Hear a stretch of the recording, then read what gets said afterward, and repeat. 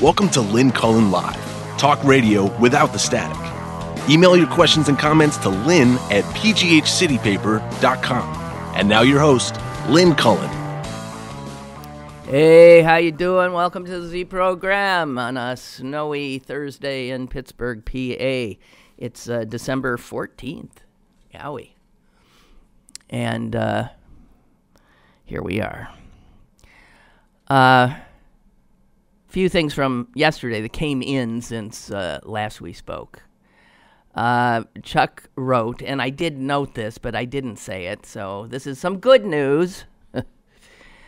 He said, with all the news from Alabama yesterday, this tidbit of good news was lost. Brett Talley, you might recall, was the 36-year-old, 3 years out of law school, never tried a case guy who was nominated by Trump for a position on the life-tenured federal bench. Other things came up about him as we learned more, including that he was, a Ghostbuster? He was essentially, seriously, somebody who I think, went into haunted houses and found ghosts. I don't know. Anyway, believe it or not, the American Bar Association took one look at him and fainted. And he also turns out he's married to a attorney inside the White House. And unbelievably, he withdrew his name under pressure. Even Chuck Grassley couldn't see his way around this guy.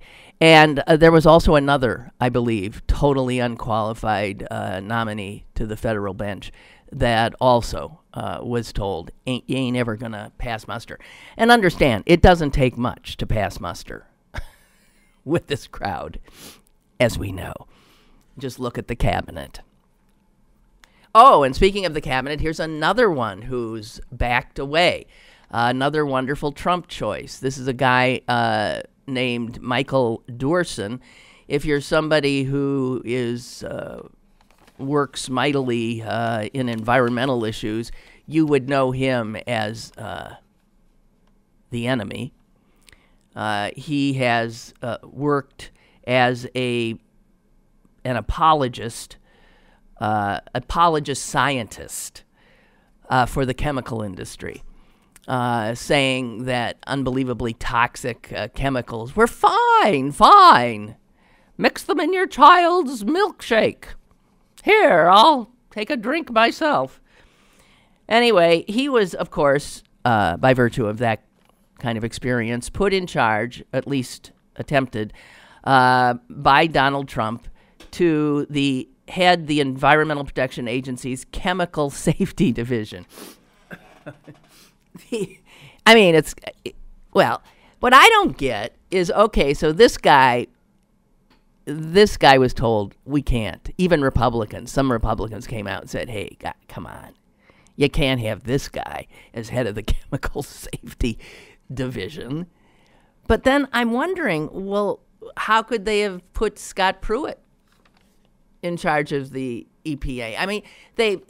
I wonder what's making them all of a sudden start backing up on some of these nominees, all of whom pretty much sailed through in the initial stages of this virus called the Trump presidency. Anyway, here's a Republican in the Congress saying, Dr. Dorson, an individual who has spent most of his career promoting less protective chemical safety standards, has no business overseeing our nation's chemical safety laws. A Republican. So there's those are three little and Omarosa going down. That's another one. But, didn't go in. Omarosa, who April Ryan was reporting actually was fighting or somehow had to be apprehended by Secret Service agents because When Kelly fired her, she went berserk and tried to get into the private residence to get Trump to protect her, I guess. That in doing so, she set off some alarms. The Secret Service. This is not a woman who would go quietly, and apparently she was dragged, kicking and screaming, out of the White House. She popped up on a morning show this morning, I believe it was ABC's, and darkly suggested that she's going to tell stories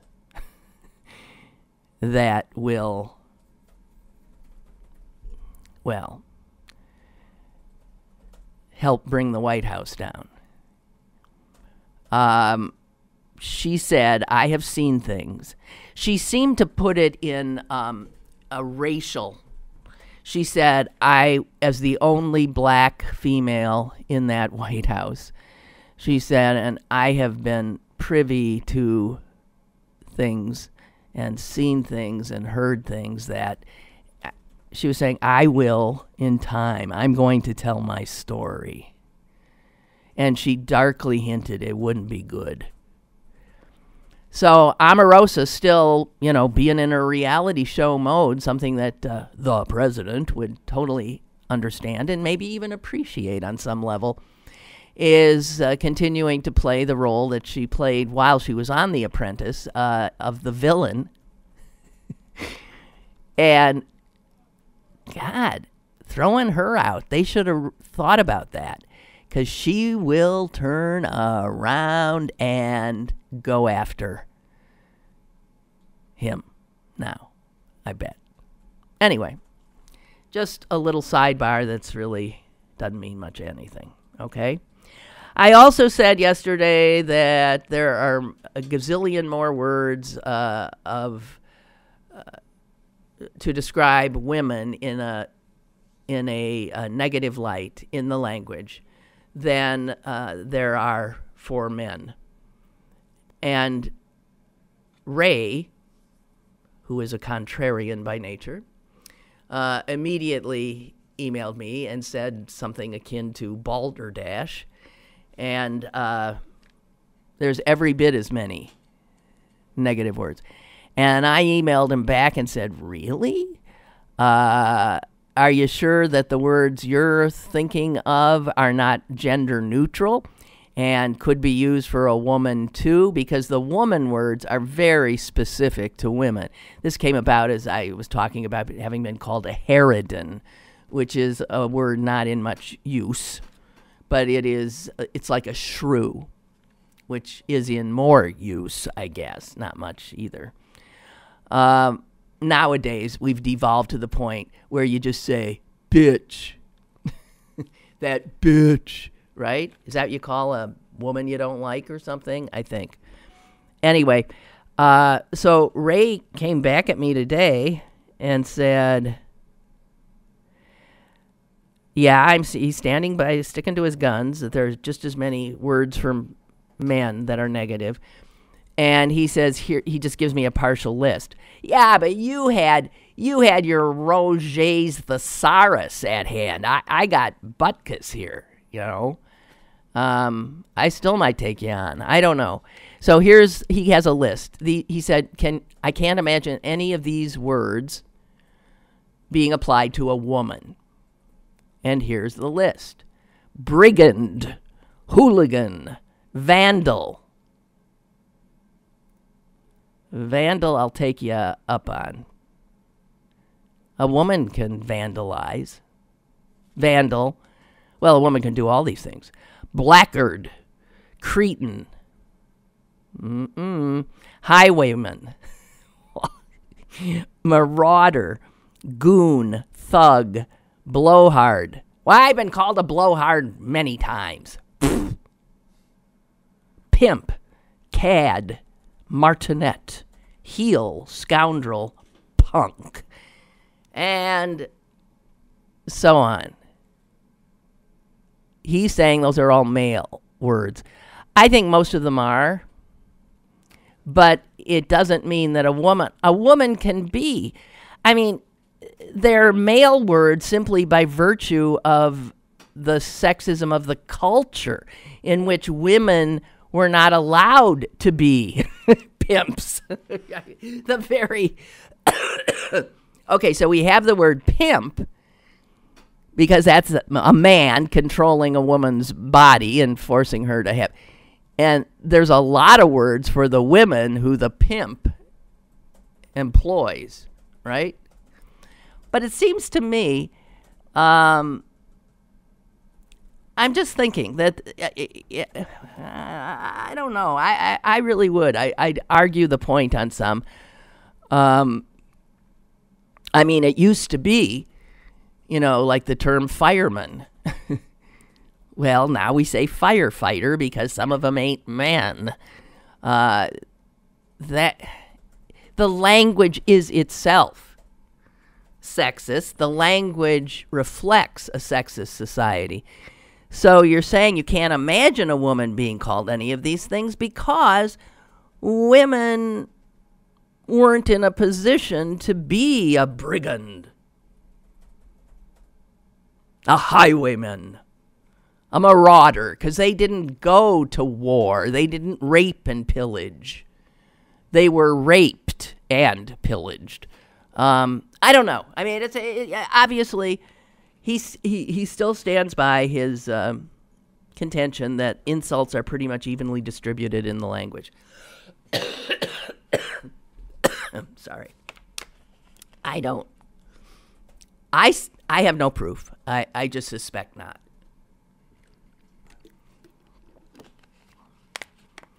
My producer over here is deep in thought. I don't think marauder is as negative as, like, true. Oh, okay. You don't think marauder is even a negative? It's not as negative as shrew. Like, I wouldn't go up to a guy and just say, like, oh, you marauder. Yeah, you Yeah, like, okay. If I call somebody a shrew, it's like, yeah, shut up. Right. A thug would be. Yeah. A thug is a true, a cad, a scoundrel, maybe. That just means you're a jerk. You mean women can't be jerks or scoundrels? I don't know. Yeah, If you're going to talk, you get yourself a microphone, buddy. No. Or call in. Okay, well, just saying. Whatever.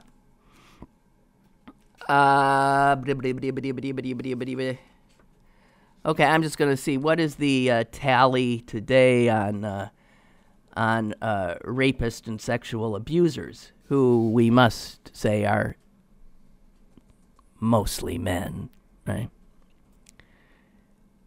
Tavis Smiley, who's not smiling today. He is PO'd big time. Tavis Smiley has a talk show on PBS.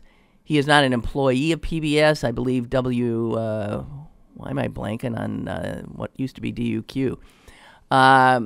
Here locally, it has been on the weekends, but I think they might have taken his show off anyway before. Anyway, PBS stations are have his shows on hold because of a number of accusations. He is denying. He is saying this is BS. Things have gone too far, yada, yada, yada. Okay, so there's Tavis Smiley. I'm just saying. I mean, I don't know. There's a Kentucky state senator who was accused of, with a young girl, he has killed himself.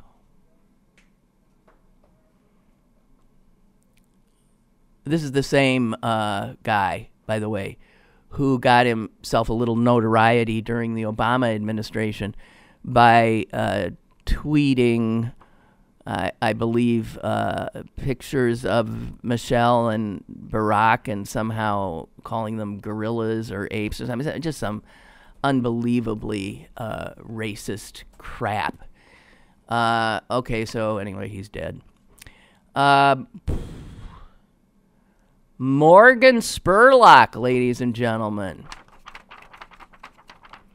Morgan Spurlock, the guy who did Super Size Me, Morgan Spurlock has outed himself. He has written a piece. I'm not sure where it was posted or whatever, in which he says that essentially over and over, I am the problem, or I am part of the problem. I have done this. I have done that. And yeah, he goes all the way back to college with something that one woman would called a rape, and he thought it was sort of consensual. And then he said he had been unfaithful to every wife he had, that he was he just threw out a list of sins. And I'm not sure, absolute harassment, yeah, I think there was one instance in which he said he remembers this one woman under his employ who he used to call hot pants and sexy pants and stuff like that, and that he would yell that across the room at her to get her attention, stuff like that. So he was sitting around waiting and not sleeping at night, waiting for his name to get outed, and he couldn't, I guess, take it anymore, so he outed himself. And he's getting some plaudits for that, and I think generally, though, people are saying, nice try, but so you're still a pig. He's got a lot of things in the fire. There's a movie coming out. There's all this other stuff. People thought that maybe he's just trying to calm down his investors so that he doesn't lose his... Who knows? Anyway, that's another name to add to this list, although he has handled it differently. Morgan Spurlock.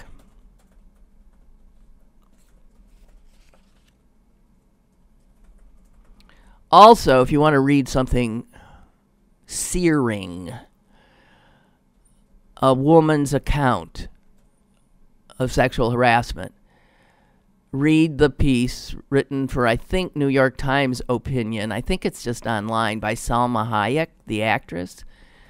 Mexican actress who played Frida Kahlo, the artist, and that got numerous Academy Award nominations and a few actual awards. And that was produced by the Weinstein Company. And her tale of how he treated her, terrorized her, is almost impossible to read. You could never look at that movie again in the same way. She was under such incredible strain.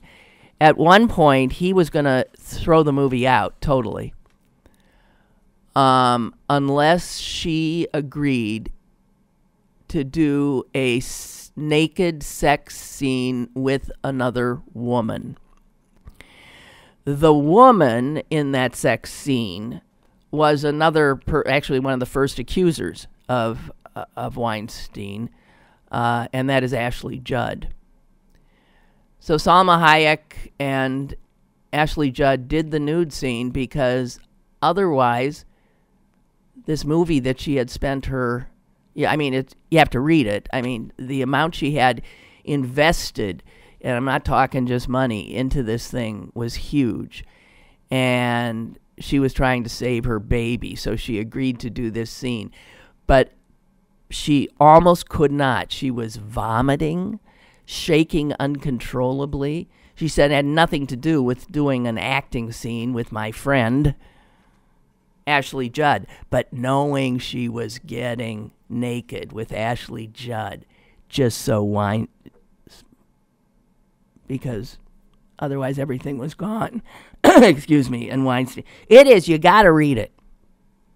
Unbelievable. And I did see today that Weinstein's attorneys have put out a statement about her piece.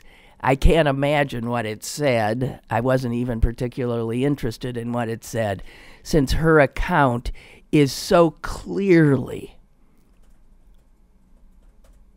honest. It's heartbreaking.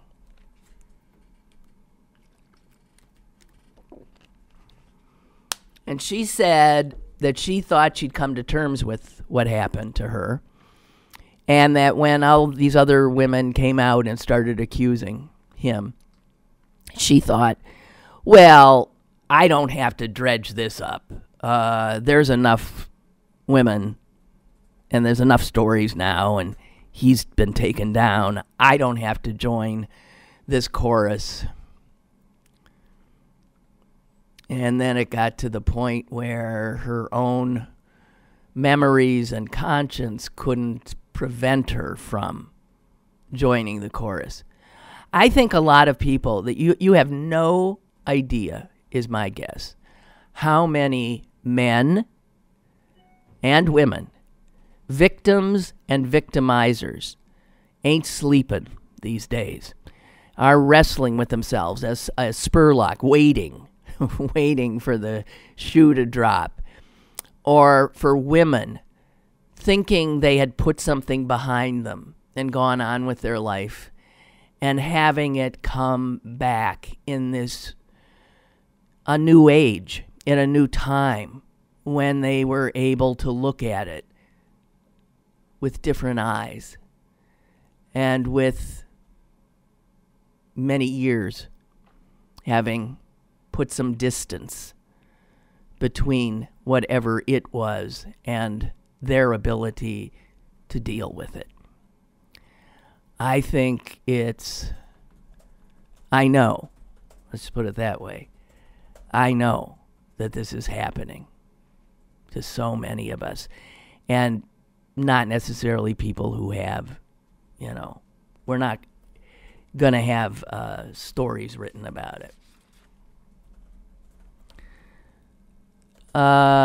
Little Tony writes about Morgan Spurlock. I can't stand this guy. He's probably outed himself so he can make a documentary about it. You know what? I have to say, I've never seen I never saw Super Size Me, and I didn't. So I have no opinion about him. But he definitely is a self-promoter, right? He's a savvy operator. I can tell just by virtue of how his career has gone, it seems. Lynn writes about the words, maligning words. It all comes down to and is under the umbrella of one word, history. Stop and think of that word. His story. His story.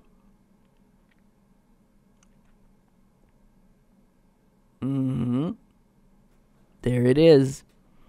As such, and by definition, everything is seen through the lens of the male perspective. Was, is, and always will be. I think that's right on, Lynn. And she writes, color me resigned to it. Yeah, you about my age or something? I think women of a certain age did resign to it long ago. Didn't do anything about our anger. But it's just too big. It's too big. It's too pervasive. It's everywhere. It's everywhere. So I think, yeah, thank you. That's my favorite email of the week. His story. Our history, our culture, everything is through the lens of male eyes, male experience, male perspective. And I'm sorry, guys, that's just the way it is. And there's no way that you can, however empathetic you may be, there's no way you can understand what that does to you. How it brings you down. how it belittles you. Read Salma Hayek's piece, because I think she does a hell of a job explaining that a woman who we would see as so powerful could be reduced to nothing in her own mind by the likes of Harvey Weinstein. So, yeah.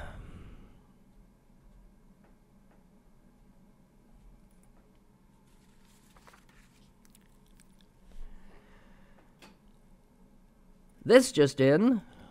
Roy Moore has refused to concede yet again. He's now sounding like an absolutely crazed religious lunatic. I mean, he's like screaming about God, and he's insane.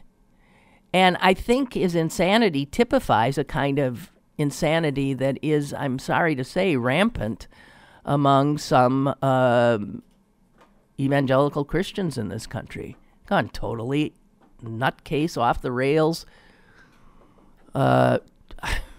Whatever. Want me to play his statement? Is that what you said? Yeah, but you have a caller. Okay, but I have a caller. Yeah, sure. Look for it. Yeah. You mean his most recent statement? Yeah. Okay. Hey, caller. Hang on. That little thing is going around. Is it? So, our internet connection here can be so friggin' maddening. You have no idea. And with net neutrality about to go down, it could be it's just a way for the FCC to shut me up. Watch my show. Watch this connectivity get even worse. It won't. Caller, I am so sorry that you're being let down by the internet. Hang in there if you can. And at some point, who knows, they might let you through. So the FCC, despite, what is it? How many? 18 attorneys general in the country saying, you can't have this vote today. You can't do this. You can't shove this through, because we know, we have absolute incontrovertible evidence that the people have not been allowed to speak. And that's part of when federal agencies make their regulations and rules. They have got to allow us to speak. And the FCC's public comments section of their website has been totally taken over by bots who have stolen identities from us. You might not know it, but you might be on the record as being very much in favor of the FCC's actions here. Caller, are you there? Hello? Hi. Hi. Hi. I didn't want to change the subject on you, but did you see that they improved the bill to where I think it'll pass? They've kept the local and state taxes to, I forget what the amount is, and they're dropping the individual tax to 37 and their corporate tax to 21. So it's still a piece of crap, but they've improved some of it, and I bet you it's passed now. Well, yeah, we don't know though. It's a total. It's an outrage. This bill. Oh yeah, it's and it doesn't pay for itself. It's probably they shouldn't be able to get just a simple majority to pass this, because I thought there was some rule that if a tax measure costs a certain amount, that then it has to have a 60 vote margin to pass.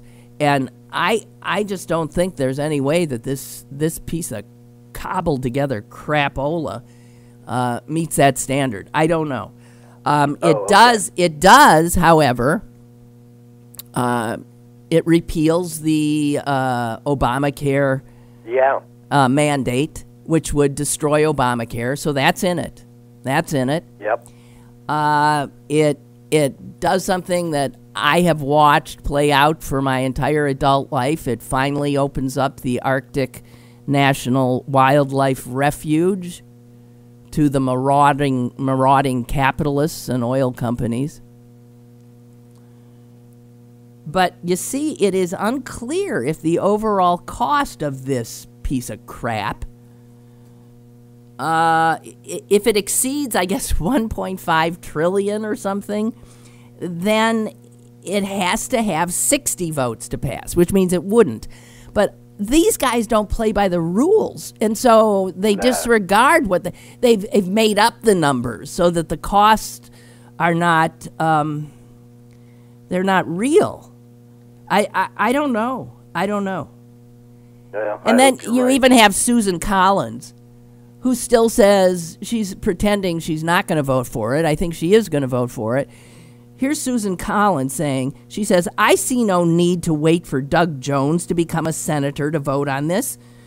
When Democrats have done just that to allow a Republican senator to be seated before an important bill. It could be they'll go down because, John McCain's in the hospital.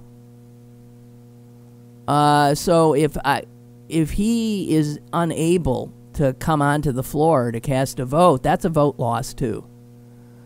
I hate for that to be the reason, but I don't know. I don't know that they've got this done. They keep saying they do, and most media is saying they do, but I'm still, me who's never hopeful, I'm still hoping there's something that's going to trip this thing up. It ain't a done deal yet. Yeah, maybe it isn't. Okay, so hang on. Yeah, right. Bye. Bye. Bye. I don't know. Bye. So, by the way, Senator Corker, who was the guy who voted against the bill when it passed the Senate version, he said yesterday, quote, nothing has alleviated my concerns. So they don't have Corker's bill. Corker's not going to vote for it. I think if they peel off Collins and McCain can't show, it doesn't pass. I think. But I'm not the kind of wonk who looks at that stuff too closely, but I think that. All right, what else we got? Oh, I had a thought. Let me dig in my bag of tricks here. I think I had written something down. And maybe it's in here. It is! Okay. David Gergen, who I've always had the utmost respect for, is a guy who has served... he's a true public servant type, sober, serious. I think he was a Republican. What Republicans used to be, a moderate Republican. And he served in Republican and Democratic administrations. And he was on some television show yesterday and saying about Joe Biden, and he looked like he was almost going to cry. He was saying he would have been a wonderful president. A wonderful president. And then people started saying, well, but, it sounds like he wants to run. And Gergen clearly thought he missed his chance. I mean, this is not his time. He's too old. We need fresher faces. That he says, look all over the world. Look at Trudeau in Canada and Macron in France. I mean, the U.S., if it just keeps turning to these old people and has nobody to hand it off to, a younger person, it's just another indication we're in some trouble.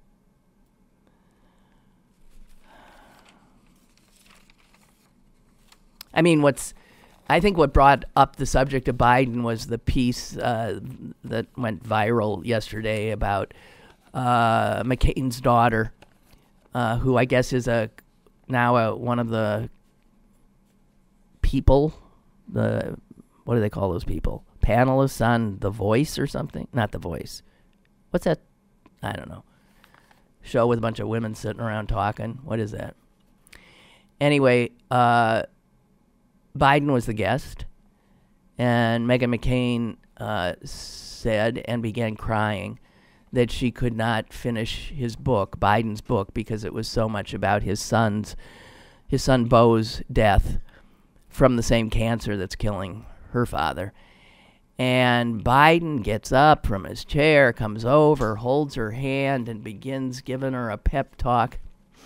And there was no way to watch that and not see the essential goodness of the man, Biden. And I think everyone was agreeing in the Gergen thing. Everybody was saying he's a good man. Everybody knows it. And we're so wanting a good man again because we are being treated to a master class on what happens when you let a bad man have power and the damage that can be done.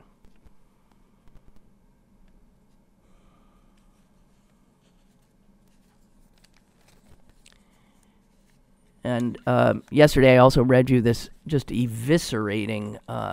Good evening. Oh. Tomorrow my wife and I will celebrate our 30th... Sorry. You're not going to make me listen to... No, I don't care about his friggin' anniversary. Go ahead with it. It's not going to be too long, is it? We can stop. It's 4 minutes. No, I'm not going to do 4 minutes of that son of a bitch. I mean, what if he...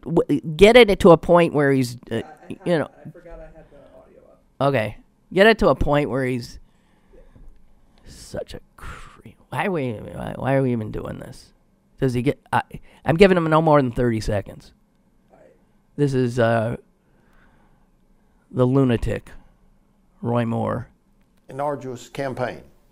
And of course I want to thank all of you who have stood with me in this very important battle for the future of our country. We are indeed in a struggle to preserve our republic, our civilization, and our religion, and to set free a suffering humanity. And the battle rages on. In this race, we have not received the final count to include military and provisional ballots. This has been a very close race, and we are awaiting certification by the Secretary of State. This particular race was watched not only by the people of this state, but by the entire nation and many around the world.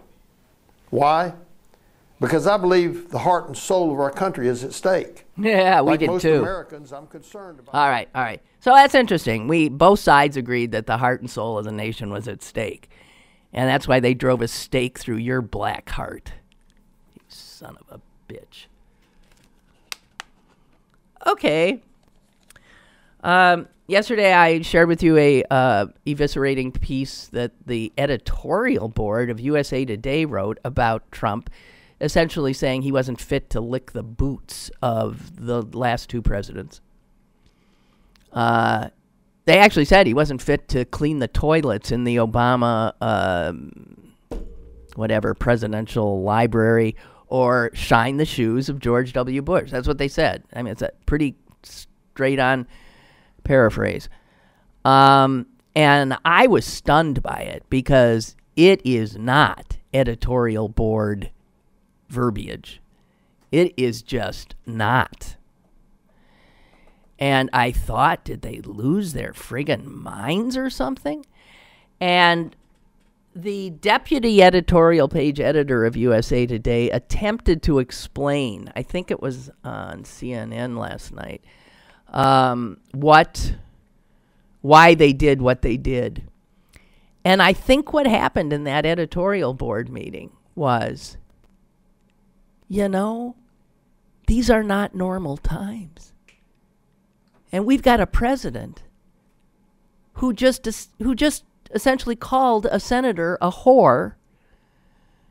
And we can't write, with decorousness when the President of the United States is speaking like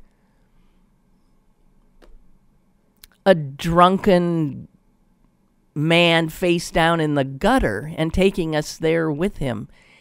And I don't think this USA Today editor was very eloquent about explaining why they did it.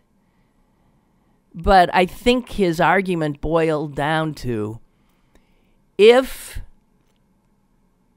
the president is not normal anymore, or not abiding by any of the traditions that we all agreed to for ages and ages and ages, if the president is not playing that game anymore, then we can't.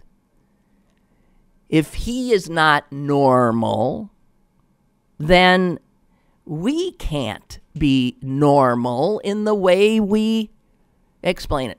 I understand it. I appreciate it on some level. But it was pretty amazing. And as Stephen is telling me, especially coming from USA Today, which is not a liberal rag. It's a very, I don't know, it's hard to even explain where they are editorially generally. But it shows the level of disgust. And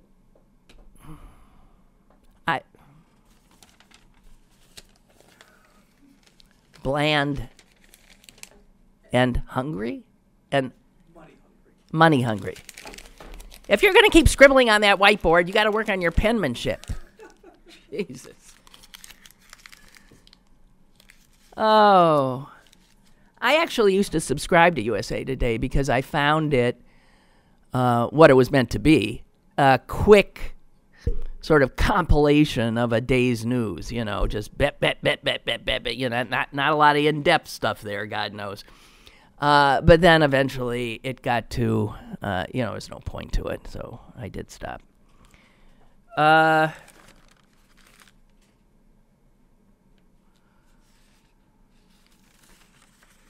What else we got going here?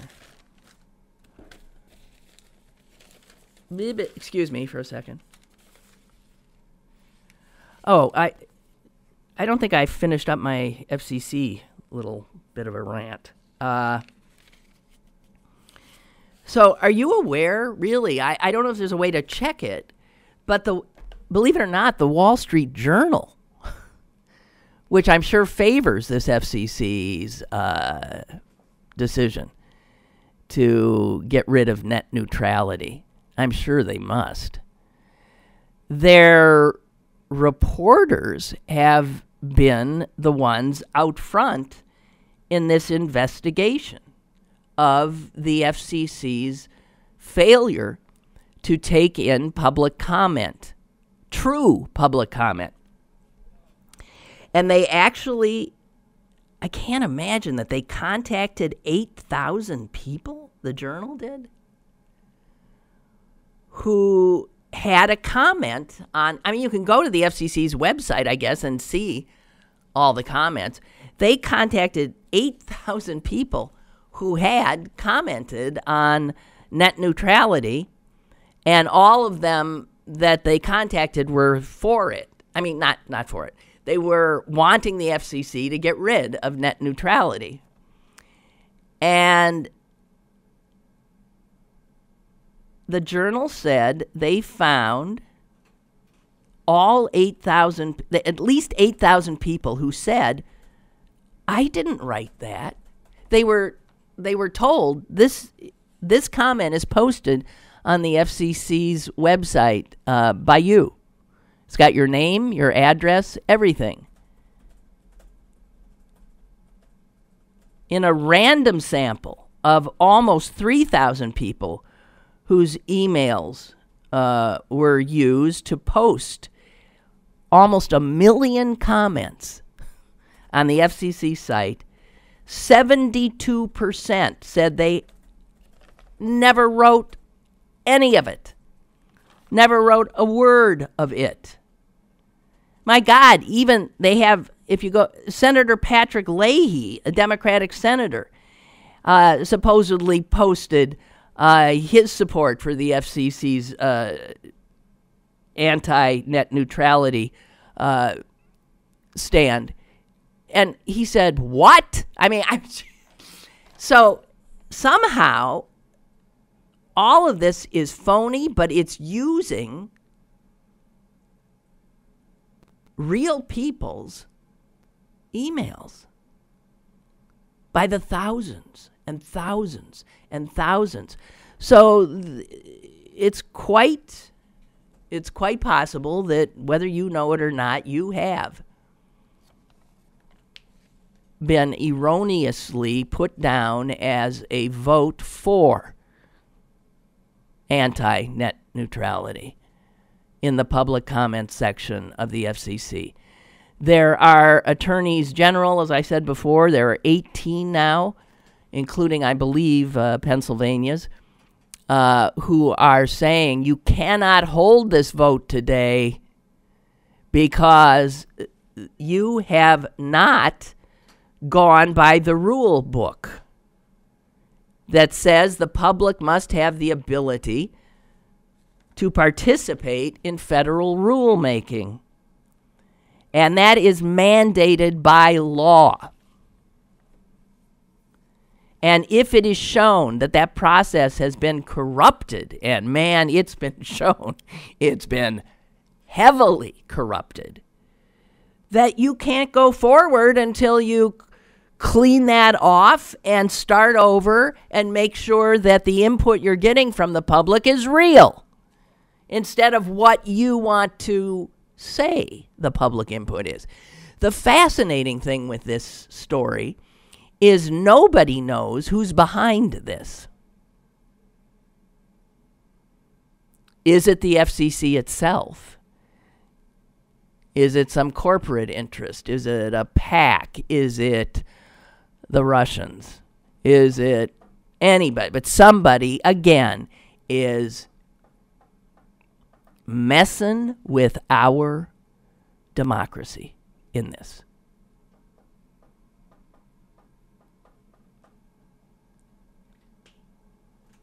Representative, oh, well, that's good. The little creep harasser, Blake Farenthold, or whatever his name is, of Texas, who was hanging in there, accused of much worse than Al Franken.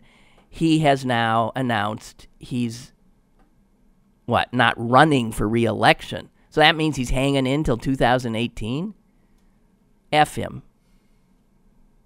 Despicable.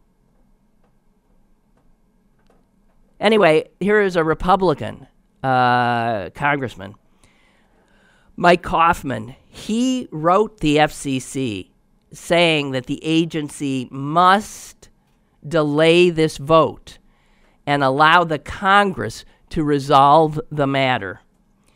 If this FCC holds this vote today, they are pushing back against a huge, huge outcry or turning a deaf ear. And in fact, the Wall Street Journal was unable to get the head of the FCC, this Ajit Pai or whatever his goddamn name is, to comment. They're just stonewalling it. And this strikes me as exactly what the Republicans are doing in the Congress with the tax bill. They close their ears, their eyes, and God knows their noses, because this stuff always stinks to high heaven. And they ram it through without the ability of normal process, with very consequential regulation and legislation that will have huge consequences for everyday Americans. And they don't want everyday Americans getting wise to any of it. So they just push stuff through, and then, it's a done deal.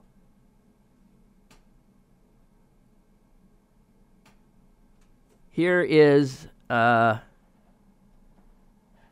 Attorney General of New York, who's been a leading figure in this fight. He says investigations by our office, by the Wall Street Journal, and by others have found clear evidence that the public comment process was corrupted. Everyone, especially the FCC, should want to get to the bottom of this before making public policy based on a corrupted process that apparently involved illegal activity, because it ain't legal to steal people's email and post things in their name when they have no knowledge of it. God. Also today, yes, I know, this is horrific. It's the 5-year anniversary of Sandy Hook. Look at all the stuff we did to make sure that won't ever happen again.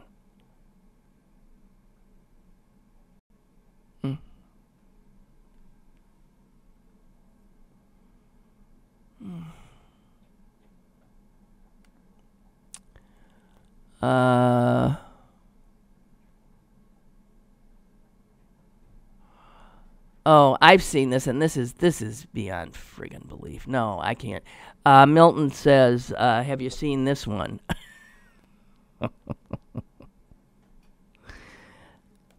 Yeah, I believe I did. I think this is something from the New York Times on Sunday by the, okay, it says that after the Times published a list of President Trump's lies this summer, we heard a common response from his supporters. They said, yeah, but if you made a similar list from previous presidents, it would be just as bad. So the New York Times said, all right, we'll make that list. And they went back and did Obama and lies and Trump and lies in their first 10 months in office.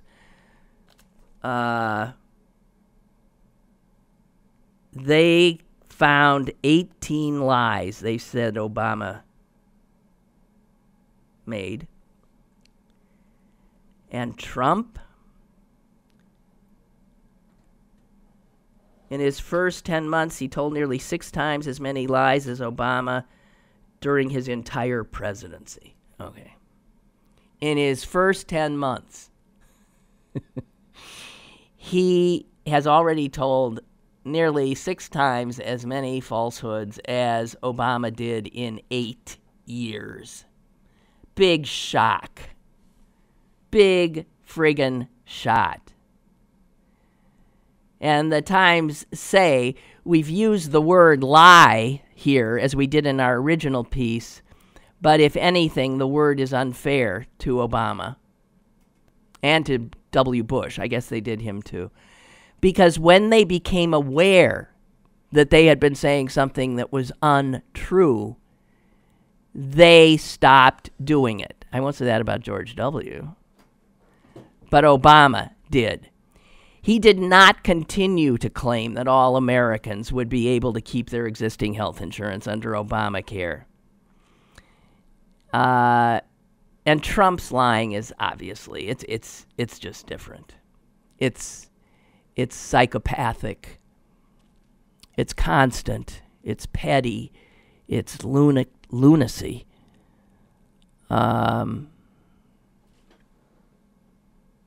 Trump's lies are... I can't believe they even bothered doing that. We all know it. We all know it. Jeez. Okay. And it's funny, writes Mark, in Alabama, you can be old enough to have sex with the candidate, but not old enough to vote for him. That's right. Yes, you can have sex with the candidate. You are unable to vote. I mean, I thought I couldn't vote till I was 21. And that was during Vietnam War. And I remember the outrage I felt that, you know how many 18, 19, 20-year-olds were fighting and dying in Vietnam but did not have a vote? It was obscene. Surely that was the impetus for the changing. Surely that was the impetus for changing the voting age. The Vietnam War. I don't know that to be true, but I'm guessing it was because it, at the time, was so reprehensible. You send young boys, essentially, off to die in your friggin' war, and you won't let them decide who. You won't let them have a vote to decide whether or not there will be a war?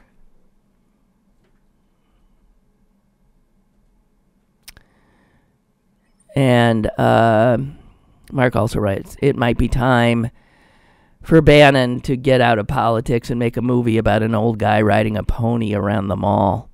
Well, I don't think Bannon's getting out, but he's been grievously wounded by this. There's no doubt about it.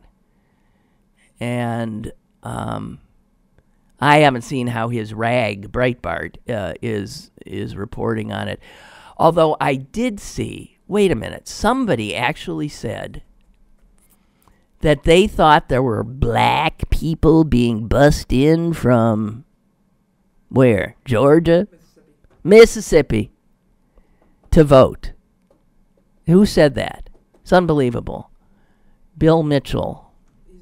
He's a talk show. He's an idiot. I mean, he's a liar. He's just a friggin' liar and a racist. How do you vote? In order to vote, it required a state driver's license. So how would all these blacks in Mississippi all of a sudden have driver's license? I mean, you don't even have to argue the point. Oh, dear. So, I think I still haven't... What? Let me get you the tweet, because the tweet is fantastic. The tweet is fantastic. I didn't get to a subject that was so upsetting to me yesterday when I was driving around in my car, and I have satellite radio, so I was listening to the House Judiciary Committee grilling Rod Rosenstein. Which one does he use? Stein. No, I think he's a Stein. If you think I'm making this crap up about, you never know, Steinstein. I think it's Stein with him. Steen with Weinstein. It's Stein with Rosenstein. Who the hell? I don't know. What I heard from the Republicans on that committee literally was chilling. It was reminiscent of Joe McCarthy. It was an obvious attempt to undermine, in the minds of the American people, the credibility of the Justice Department and the FBI. And it was frightening. And quite clearly, this is all about running interference for the president if Mueller gets too close, or if the president fires him. And Rosenstein did a very good job keeping his cool. I don't know how. I kept thinking, if I were he, I would leap across the table and strangle some of these people. It's an outrage. Ruined my day.